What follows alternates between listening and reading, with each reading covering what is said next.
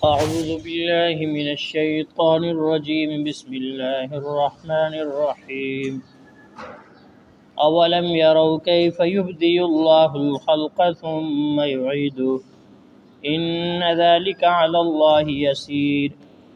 کیا وہ لوگ نہیں دیکھتے کہ کیسے اللہ تعالیٰ نے پہلی دفعہ پیدا کیا مخلوق کو، پھر ان کو دوبارہ لوٹائے گا، وہی اللہ، بے شک یہ بات اللہ پر آسان ہے۔ قل سیروا فی الارض فانظروا کیف بدأ الخلق ثم اللہ ینشئ النشأة الآخرہ ان اللہ علی کل شیء قدیر۔ اے پیغمبر صلی اللہ علیہ وسلم، آپ فرما دیجئے کہ چلو پھرو زمین میں، پھر دیکھو کہ کیسے پیدا کیا اللہ تعالیٰ نے مخلوق کو پہلی مرتبہ، پھر وہی اللہ ان کو دوسری مرتبہ دوبارہ اٹھائے گا اٹھانا، بے شک اللہ تعالیٰ ہر چیز پر قادر ہے۔ یعذب من یشاء ویرحم من یشاء وإلیہ تقلبون۔ جسے چاہے گا عذاب دے گا اور جس پر چاہے گا رحم کرے گا، اور تم اسی کی طرف لوٹائے جاؤ گے۔ وما انتم بمعجزین فی الارض ولا فی السماء وما لکم من دون اللہ من ولی ولا نصیر۔ اور تم عاجز کرنے والے نہیں ہو زمین میں، اور نہ ہی عاجز کرنے والے ہو آسمان میں، اور نہ ہی اللہ کے سوا تمہارے لیے کوئی کارساز اور مددگار ہے۔ والذین کفروا بآیات اللہ ولقائہ اولئک یئسوا من رحمتہ وَأُولَئِكَ لَهُمْ عَذَابٌ علیم۔ اور وہ لوگ جو انکار کرتے ہیں اللہ کی آیات کا اور اس سے ملاقات کا، وہ لوگ اللہ کی میری رحمت سے نا امید رہیں، اور ان کے لیے دردناک عذاب ہے۔ ماقبل کی آیات میں حضرت سیدنا ابراہیم علی نبینا علیہ الصلاۃ والسلام کا مختصر تذکرہ اور ابراہیم علیہ الصلاۃ والسلام کی دعوت کا بیان بڑی خوبصورت پیرائی میں کیا گیا، اور ان آیات کے بعد ابراہیم علیہ الصلاۃ والسلام کی قوم نے جو سیدنا ابراہیم علیہ الصلاۃ والسلام کی دعوت کے جواب میں جو بات کہی، اس بات کو نقل کیا گیا ہے۔ درمیان میں بطور جملہ معترضہ مشرکین مکہ کی اصلاح فرمائی گئی ہے، چونکہ واقعہ حضرت سیدنا ابراہیم علیہ السلام کا سنانا اصل مقصد تو اس وقت نزول قرآن کے وقت مشرکین مکہ کی اصلاح، اور بعد ازاں پوری امت اس کی مخاطب ہے۔ اصل واقعہ سنانے کا مقصد یہی تھا، اس لیے ضمناً اس چیز کو یہاں پر لایا گیا۔ مشرکین مکہ کے اندر دو بڑی اعتقادی بیماریاں تھیں۔ ایک تو وہ لوگ اللہ کے ساتھ شرک کرتے تھے، دوسرا وہ لوگ آخرت اور قیامت کے منکر تھے۔ اب شرک کی تردید اور توحید کا بیان دلائل کے ساتھ حضرت سیدنا ابراہیم علیہ السلام کی بیان کردہ تقریر اور دعوت میں آ گیا۔ اب دوسری خرابی ان کے اندر رہ گئی تھی کہ وہ قیامت کا انکار کرتے تھے۔ تو اگرچہ ابراہیم علیہ السلام کی جو یہاں پر دعوت بیان کی گئی ہے اس کے اندر قیامت کا تذکرہ تو نہیں ہے، لیکن مشرکین مکہ چونکہ انکار قیامت کرتے تھے، اللہ سے ملاقات کا انکار کرتے تھے، تو یہاں پر ضمناً چونکہ ان کی اصلاح مقصود تھی، تو دوسری بات کو بھی دلائل سے ذکر کر کے پھر اس کے بعد ابراہیم علیہ السلام کی قوم کا جو جواب تھا اس کو ذکر کیا۔ اب یہاں پر فرمایا کہ کیا یہ لوگ دیکھتے نہیں کہ اللہ تعالیٰ نے مخلوق کو پہلی دفعہ کیسے پیدا کیا؟ اصل میں مشرکین مکہ کا ایک عقیدہ تھا کہ مشرکین مکہ اللہ تعالیٰ کو ہر چیز کا خالق مانتے تھے۔ یہ وہ کہتے تھے کہ ہر چیز کو پیدا اللہ نے کیا۔ تو اب اسی پر دلیل قائم کی کہ دیکھو، ایک بات وہ تسلیم کرتے ہیں کہ خالق اللہ ہے، اور کسی چیز کو پہلی دفعہ پیدا کرنا بغیر کسی نقشے کے یہ بہت مشکل ہوتا ہے۔ کوئی نقشہ نہیں سامنے، اس بغیر نقشے کے، بغیر نمونے کے کسی چیز کو تیار کرنا یہ مشکل ہوتا ہے۔ نقشہ موجود ہے، نمونہ موجود ہے، ایک چیز کو دیکھ کر دوسری چیز کو کاپی کرنا ہے، یہ قدرے پہلی دفعہ بنانے کے مشکل نہیں ہے، آسان ہے۔ تو اللہ تعالیٰ نے مخلوق کو پہلی مرتبہ بنایا، تو جب پہلی دفعہ کا مان لیتے ہیں تو پھر عقل کا تقاضا یہ ہے کہ اس اللہ کے لیے اسی مخلوق کو جو پہلے اللہ نے بنائی ہے ان کو دوبارہ سے بنانا اس اللہ کے لیے کوئی مشکل نہیں ہے۔ تو یہ ایک گویا کہ عقلی دلیل ان کی عقلوں کے مطابق دی، اور فرمایا کہ اولم یروا کیف یبدئ اللہ الخلق ثم یعیدہ، کہ کیا وہ جانتے نہیں ہیں یا کیا وہ دیکھتے نہیں ہیں کہ کیسے اللہ نے مخلوق کو پہلی مرتبہ پیدا کیا، کیسے اس کی ابتدا کی، پھر وہی اللہ اس کو لوٹائے گا دوبارہ۔ ان ذلک علی اللہ یسیر، یہ اللہ پر آسان ہے پہلی مرتبہ پیدا کرنے کے وقت۔ اللہ تعالیٰ کے لیے اب سوال یہ پیدا ہوتا ہے کہ اس کا مطلب پہلی دفعہ پیدا کرنا مشکل تھا، اللہ تعالیٰ کے لیے تو کوئی مشکل نہیں ہے۔ اللہ تعالیٰ کے لیے تو ہے کہ اللہ تعالیٰ کسی چیز کا ارادہ کرتے ہیں، ان یقول لہ کن فیکون، اللہ تعالیٰ نے تو کلمہ کن کہنا ہے، اور یہ کلمہ کن کہنا جو ہے یہ بھی میرے اور آپ کے سمجھانے کے لیے کہا گیا، وگرنہ اللہ تعالیٰ کہنے کے محتاج بھی نہیں ہے، تو فیکون وہ ہو جاتا ہے۔ پھر یہ کیوں کہا گیا کہ یہ اللہ پر آسان ہے اور یہ مشکل ہے؟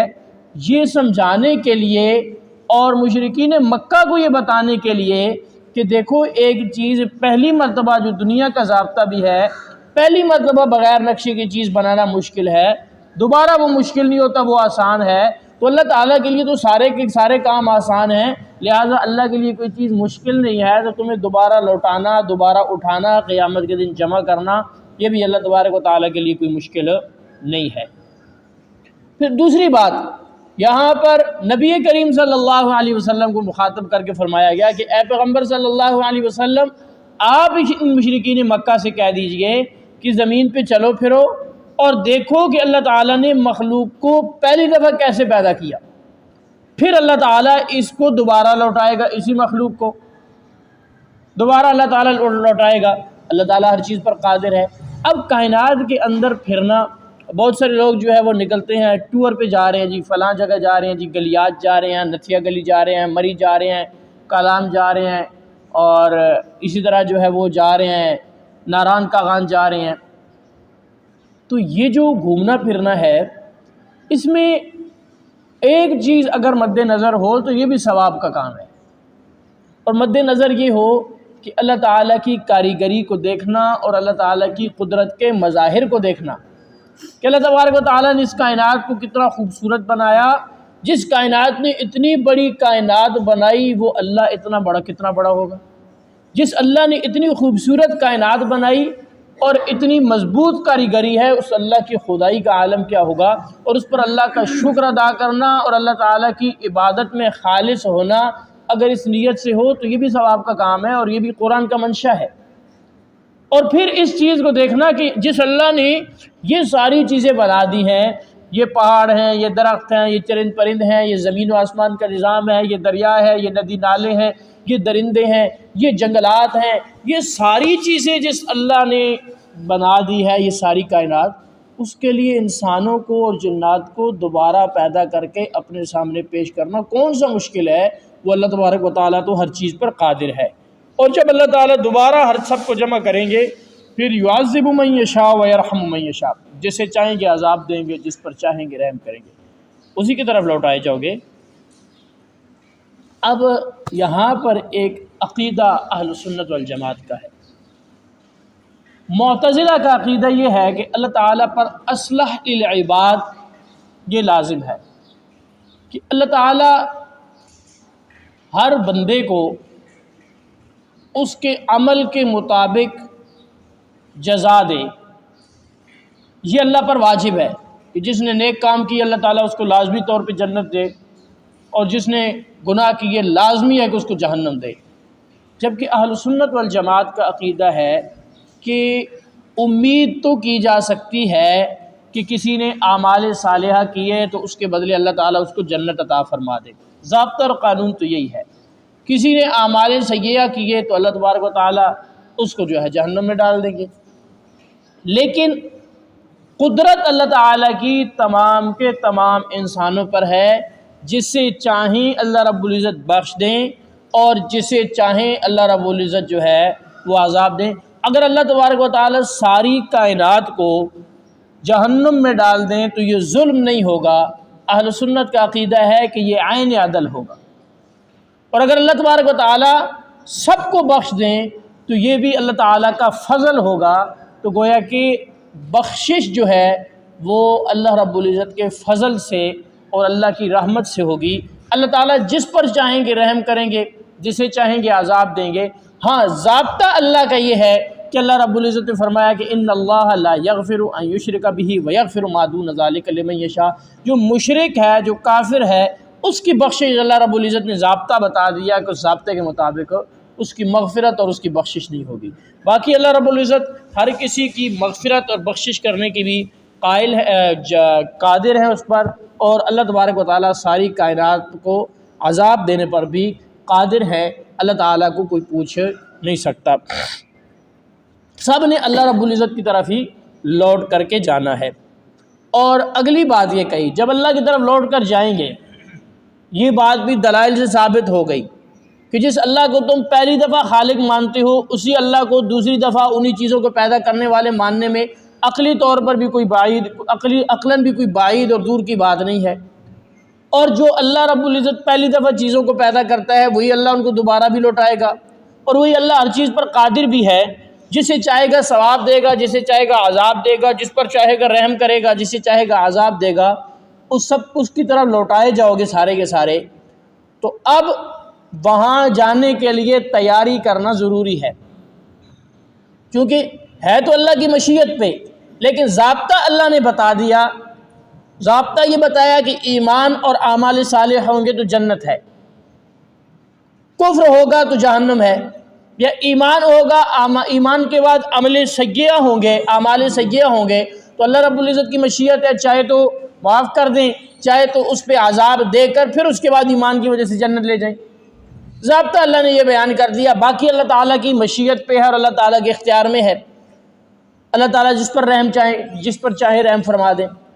اب اس کے لیے جو ضابطہ ہے، اس ضابطے کے مطابق تیاری ضروری ہے کہ اعمال کرنے ہیں.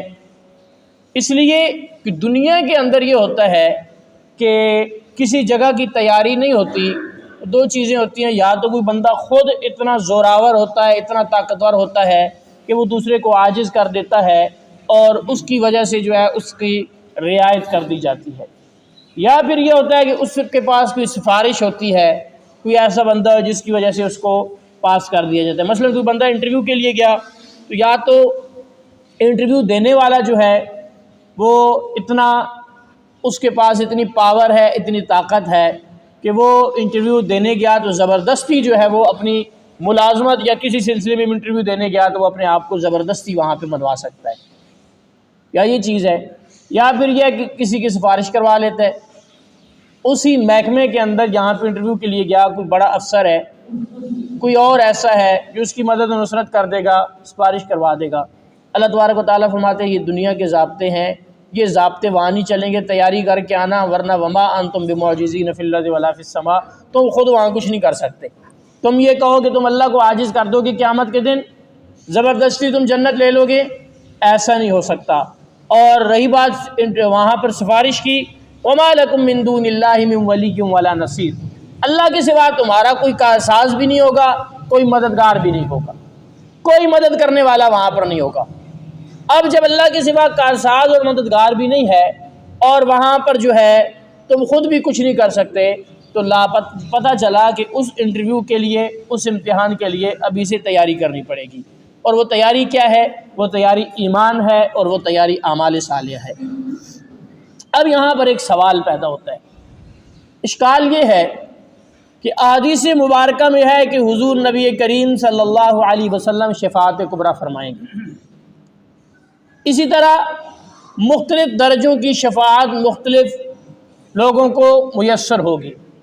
مثلا حافظ قرآن 10 بندوں کی سفارش کرے گا، اسی طرح علماء کرام سفارش کریں گے، شہید 70 بندوں کی جو ہے شفاعت کرے گا، جبکہ یہاں پہ کہہ رہے ہیں کہ ما لکم من دون اللہ من ولی ولا نصیر، تمہارا کوئی کارساز نہیں ہوگا اور نہ کوئی مددگار ہوگا۔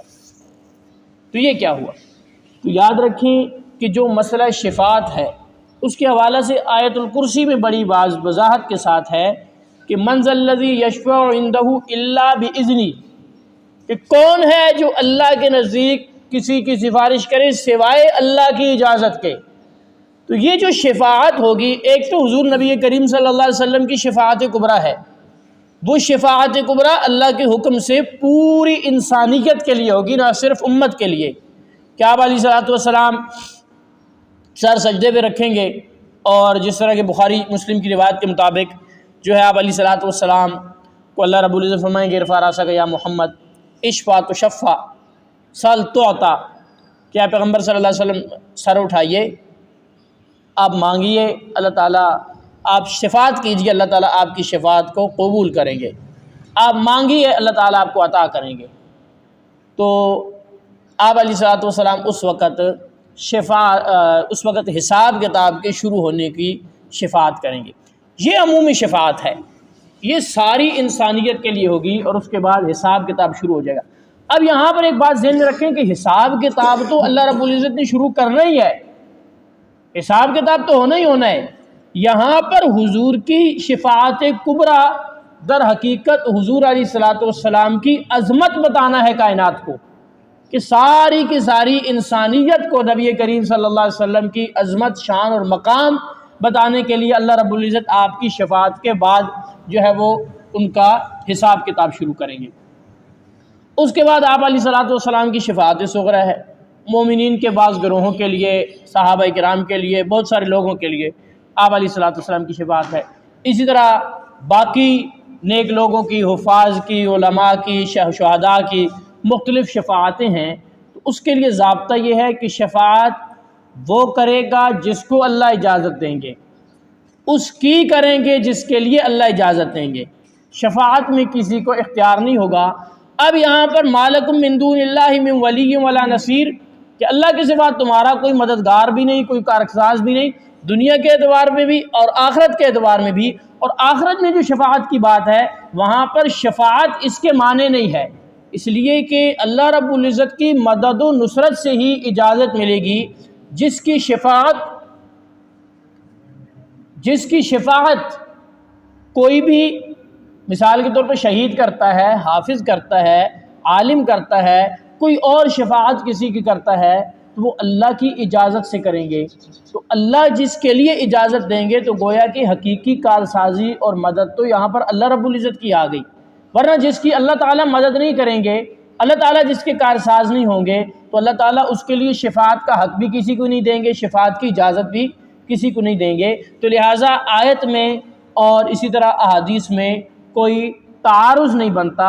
تو فرمایا کہ ما لکم من دون اللہ من ولی ولا نصیر، اللہ کے سوا تمہارے لیے کوئی کارساز نہیں ہے اور کوئی مدد کرنے والا نہیں ہے۔ قرآن کی بڑی واضح، بڑی صاف اور دو ٹوک آیت ہے کہ اللہ کے سوا کوئی مدد کرنے والا نہیں ہے۔ مدد دو قسم کی ہوتی ہے، ایک مدد ہوتی ہے ما فوق الاسباب، ایک ہوتی ہے ما تحت الاسباب۔ ما تحت الاسباب یہ ہے کہ میں کسی بندے کو کہتا ہوں یار مجھے پانی کا ایک گلاس دے دو، اس نے میری مدد کی۔ میں کسی بندے سے کہتا ہوں مجھے 2000 روپے کی ضرورت ہے، تھوڑی مدد کر دو، اس نے میری مدد کی۔ لیکن یہ مدد ہے سبب کے تحت، یہ مدد غیر اللہ سے لینا نہ صرف جائز بلکہ مسنون ہے، نہ صرف جائز بلکہ مسنون ہے اگر شریعت کے دائرے میں رہتے ہوئے، کیونکہ شریعت میں جو ہے انما المؤمنون اخوہ کے تحت یہ کہا گیا کہ مسلمان آپس میں بھائی بھائی ہیں، ایک دوسرے کی مدد و نصرت ما تحت الاسباب کرتے رہتے ہیں۔ ایک مدد ہوتی ہے ما فوق الاسباب، اسباب سے اوپر، سبب ظاہری کوئی نہیں، اب اس اسباب سے اوپر جیسے ہم کہتے ہیں جنگل ہے، بیابان ہے، کوئی جو ہے وہ ظاہری سبب نہیں ہے، اس وقت ہم کہتے ہیں اے اللہ ہماری مدد فرما، اس وقت کہتے ہیں یا اللہ مدد، تو یہ مدد ہے ما فوق الاسباب، اسباب سے اوپر ہے۔ اگر یہ ما فوق الاسباب اللہ کے غیر سے مدد مانگیں گے تو یہ شرک ہو جائے گا، اس لیے کہ ہر نماز میں ہم کہتے ہیں ایاک نعبد و ایاک نستعین۔ اب اس موقع پر کوئی کہے یا علی مدد، کوئی کہے یا غوث مدد، کوئی کہے یا رسول اللہ مدد، کوئی کہے یا ابراہیم علیہ السلام مدد، کوئی کہے یا عیسیٰ علیہ السلام مدد، جیسے عیسائی کہتے ہیں، کوئی کہے یا عزیر علیہ السلام مدد، کوئی کچھ بھی کہے ما فوق الاسباب، اسباب کے حد سے ہٹ کر، ظاہری سبب کوئی نہیں ہے، کسی کو بھی بلائے تو یہ شرک ہو جائے گا۔ اسی مدد کا قرآن میں وعدہ کرتے ہیں کہ اے اللہ، نماز میں وعدہ کرتے ہیں ہر رکعت میں، اے اللہ ہم تیری ہی عبادت کرتے ہیں اور تجھ ہی سے مدد طلب کرتے ہیں۔ ما لکم من دون اللہ من ولی ولا نصیر، نہیں ہے اللہ کے سوا تمہارے لیے کوئی بھی کارساز اور کوئی بھی مددگار کہ ما فوق الاسباب مدد کرنے والا کوئی نہیں۔ یہاں پہ دھوکہ دیا جاتا ہے، ما فوق الاسباب اور ما تحت الاسباب کو اکٹھا کر کے کہتے ہیں دیکھیں جی ایک دوسرے سے مدد نہیں لیتے، بیمار ہو جاتے ہیں دوسرے سے دوائی نہیں لیتے ڈاکٹر سے، یہ مدد نہیں ہے۔ وہ جی پانی کی پیاس لگتی ہے تو دوسرے سے نہیں کہتے پانی پلا دو، یہ مدد نہیں کیا، یہ شرک ہو گیا۔ یہ مدد ہے ما تحت الاسباب، اسباب کے تحت، سبب کے تحت کسی سے مدد لینا یہ جائز ہے۔ سبب سے ہٹ کر، سبب کے اوپر جا کر مدد مانگنا یہ اللہ کے سوا کسی اور سے یہ خالص شرک ہے، اس چیز کی اجازت نہیں ہے۔ اچھا اگر یہ کہا جائے کہ جی یہ سارا ایک ہے تو پھر جو کہا جاتا ہے ایاک نعبد و ایاک نستعین، ہم تیری ہی عبادت کرتے ہیں، تجھ ہی سے مدد مانگتے ہیں، پھر وہ کون سی مدد ہے جو اللہ ہی سے مانگتے ہیں، اللہ کے سوا مانگنے کی جائز نہیں ہے؟ وہ پھر کون سی مدد ہے؟ پھر تو کوئی مدد رہی نہیں، پھر یہ آیت تو جو ہے وہ فضول ہو گئی۔ یہ جو سورہ فاتحہ کے اندر ہم پڑھتے ہیں یہ تو فضول ہو گئی کہ صرف کہنے کی حد تک ہے، باقی مانگ سکتے ہیں، سب کو کہہ سکتے ہیں۔ تو معلوم ہوا کہ مدد کی دو قسمیں ہیں، ایک ما فوق الاسباب، ایک ما تحت الاسباب۔ ما تحت الاسباب مدد کسی سے مانگ سکتے ہیں، حتیٰ کہ ضرورت کے تحت کسی کافر سے بھی مدد لے سکتے ہیں، اور ثابت ہے کئی جنگوں کے موقع آئے، حضور علیہ السلام کا مدینہ کے یہودیوں کے ساتھ معاہدہ ہو گیا کہ اگر باہر والوں نے ہم پہ حملہ کیا تم ہماری مدد کرو گے، اور کفار نے کی۔ تو یہ مدد جو ہے یہ اسباب کے تحت ہے، اور ایک مدد اسباب سے اوپر ہے کہ بھائی انسان جو ہے ظاہری سبب کوئی بھی نہیں، اس حالت میں کسی ایسی شخصیت کو بلانا جو وہاں پر موجود نہیں ہے، یا اگر موجود بھی ہے تو اس کے پاس ظاہری سبب نہیں ہے، تو ایسی حالات میں ایسے الفاظ سے پکارنا وہ خالصتاً اللہ کے لیے ہیں، اس سے پکار کرنا، اللہ کے سوا کسی اور کو بلانا مدد کے لیے وہ جائز نہیں ہے۔ اور آگے جو ہے کفار وہ جو اللہ تعالیٰ کی ملاقات کا انکار کرتے ہیں، جو اللہ تعالیٰ کی جو ہے وہ آخرت کا انکار کرتے ہیں، قیامت کا، ان کا نتیجہ بتا دیا کہ ایسے لوگ جو اللہ تعالیٰ کی آیات کا اور اللہ تعالیٰ سے ملاقات یعنی قیامت کا انکار کرتے ہیں، ان لوگوں کے لیے چاہیے کہ وہ اللہ کی رحمت سے نا امید رہیں، ان کا اللہ کی رحمت میں کوئی حصہ نہیں ہے، اس لیے کہ مومن کے پاس اللہ کی رحمت بہت بڑا ہتھیار ہے۔ مومن پر کوئی ظلم ہو جائے، کوئی مسئلہ ہو جائے، کوئی پریشانی آ جائے، دنیا کے اندر اس کو کچھ بھی نہ ملے تو اس کے پاس ایک اللہ کی رحمت کی امید ہے کہ کل قیامت کے دن اس کا بدلہ لے لوں گا، قیامت میں بدلہ لے لوں گا۔ اور جس کا انکار قیامت پر یقین ہی نہیں ہے تو اس کے پاس تو کوئی سہارا بھی نہیں ہے، اللہ کی رحمت سے نا امید ہی ہوتا ہے، اس پر کوئی ظلم ہو جائے تو وہ ہمیشہ اس پہ روتا ہی رہے گا، اس کے پاس کوئی سہارا بھی نہیں ہے کہ اپنے دل کو تسلی دے۔ تو فرمایا کہ جو اللہ تعالیٰ سے ملاقات کا انکار کرتے ہیں اور اللہ کی آیات کا انکار کرتے ہیں، فرمایا کہ وہ میری رحمت سے مایوس رہیں، نا امید رہیں، اور ان کے لیے دردناک عذاب ہوگا۔ یہ آیات جو ہے درمیان میں بطور جملہ معترضہ کے مشرکین مکہ کو قیامت کی جو ہے دلائل دینے کے لیے بیان ہوئی تھی۔ آگے ابراہیم علیہ السلام کی دعوت پر ان کی قوم نے کیا جواب دیا وہ انشاءاللہ اگلی آیات میں آئے گا، جو کل کے درس میں بیان ہوگا۔ اللہ رب العزت سے دعا ہے دین متین کی سمجھ اور اس پر عمل پیرا ہونے کی توفیق عطا فرمائے۔